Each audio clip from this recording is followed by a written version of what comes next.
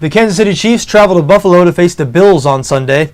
Kansas City is currently installed as a 3.5-point favorite on BETDAQ, 40 the total in this game. The Chiefs, the NFL's lone remaining unbeaten team, but a lot of people seem to think this is where it's going to end for the Chiefs. On the road in Buffalo, this line opened at Kansas City minus 4.5 out in Las Vegas. Has been moving in the Buffalo direction all week, currently sitting at Kansas City minus 3 all over Vegas. As we said, it is Chiefs minus 3.5 on BETDAQ. Why do people think this is a good spot for a Bills play?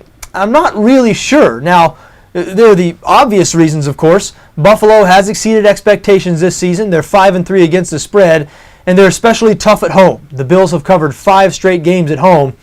But Kansas City, you talk about exceeding expectations. Not many people thought the Chiefs, after a 2-14 season last year, would be 8-0 here at the midpoint of the 2013 season, but that's exactly where they are. They have the NFL's best defense, the Chiefs only allowing 12.2 points per game.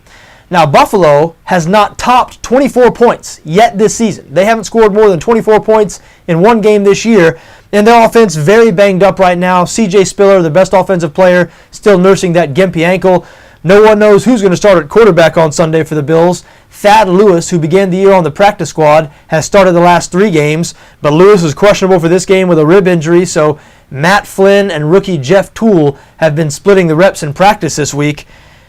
Just hard to like the Buffalo offense in this situation against this defense that has been so good this season. Now, I suppose most people who like Buffalo in this game think the Buffalo defense is going to have success against the Kansas City offense, and indeed that may happen. The Chiefs are not great on offense. They're not horrible, but they're not great. 16th in the league in total offense, 24th in passing offense. And even though Buffalo statistically doesn't have a very good defense, 26th in yards allowed, 25th in points allowed, these last few weeks, they've been a little better than that as they've gotten healthier. Remember, the beginning of the season, two of their better players in the secondary, cornerback Stephon Gilmore, safety Jarius Byrd, were out with injuries. Those guys are back in the fold now, and the Bills' defense is playing better because of it. So I understand an under bet here. 40 is the total. I'd be very surprised if Buffalo is able to top 20 points on offense. So particularly if you lean towards the Bills here. If you like Buffalo plus 3.5, I think it makes a whole lot of sense to also back the under. I think a Buffalo bet and an under bet makes sense. But I don't lean towards the Bills here. And listen, I know this game feels a little weird. I know it feels like the Chiefs are due to lose, but that type of thing is really meaningless, I think.